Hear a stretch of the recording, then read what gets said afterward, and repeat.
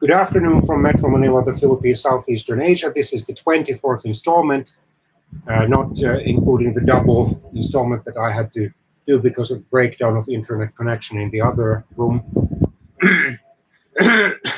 In my series, Ex-Adventist Testimonies, taken from the website of the former Adventist Fellowship.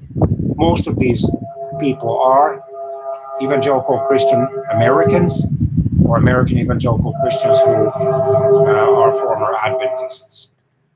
Apparently, an American Christian woman has written this article. When she was 5 years old, her mother joined the Seventh-day Adventist Church. Her parents had already divorced when she had been 2 years old.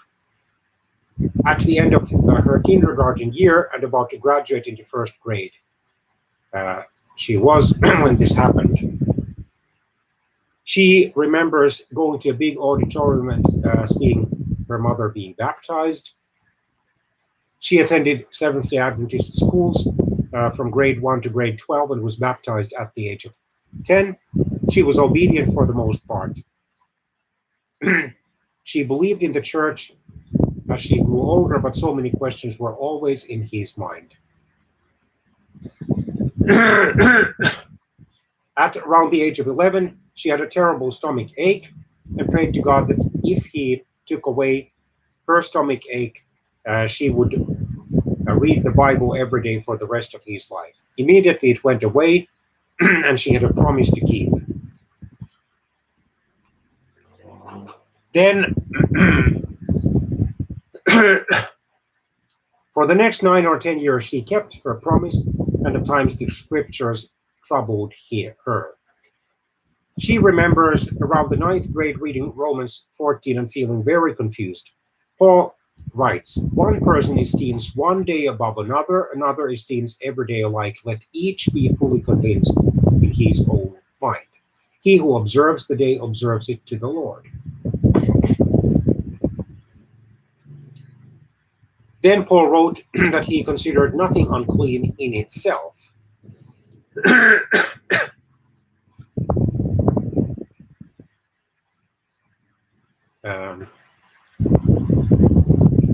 He thought about Billy Graham, evangelist Billy Graham, who was a great man of God, and thought, why doesn't he know about the Sabbath? Then she would pass a church of some other denomination and see it being built onto and think, why are they being blessed with more members? She tried to read the Bible, but it became a chore, and she tried to read Ellen White, but even as a child, she didn't like her and could never seem to find any common ground with her. She seemed to be seemed like an extremist to her, and she avoided her. In adulthood or young adulthood, she drifted away from God and her faith, went through 2 failed marriages, and at age 32 with 3 children, a decent job, a relatively comfortable life, she decided maybe there wasn't a God, and she had spent her whole life not having any fun or anything. She never became, however, a drug addict or an alcoholic. She reconciled with her second husband, and then they lived together without being married. She bought a house in a new neighborhood, and some neighbors moved in beside them. They quickly befriended them, and after a few months, they started going to church. After a couple of weeks, they asked us to go to church. She said no. Her former husband said yes. And then, in order not to antagonize him, she decided to go. It was on a Sunday. Well, she remembered from Seventh-day Adventism that the true Christians or better Christians went to church on the Sabbath or Saturday. Her former husband became a Christian and was baptized.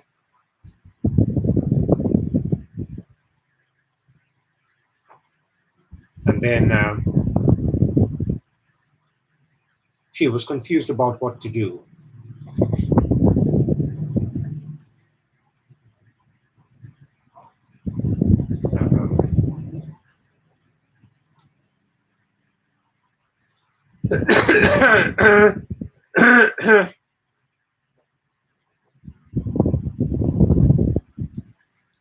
And then she studied Hebrews chapter 4, verses 4 to 9, where the day of rest was discussed.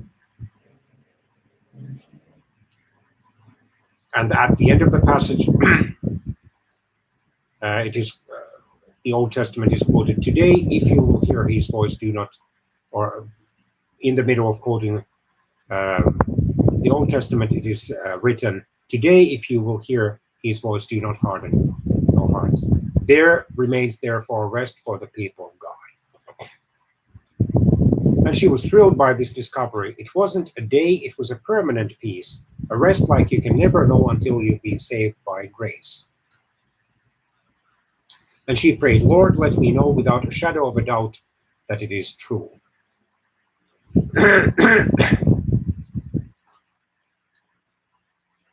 And then she became a true Christian.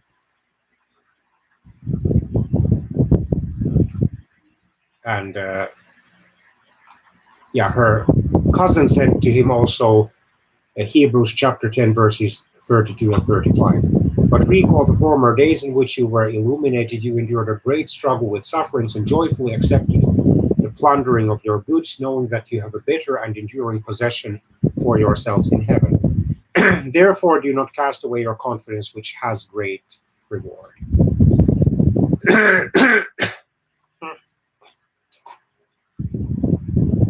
And this testimony was written sometime between 1999 and 2007, I believe.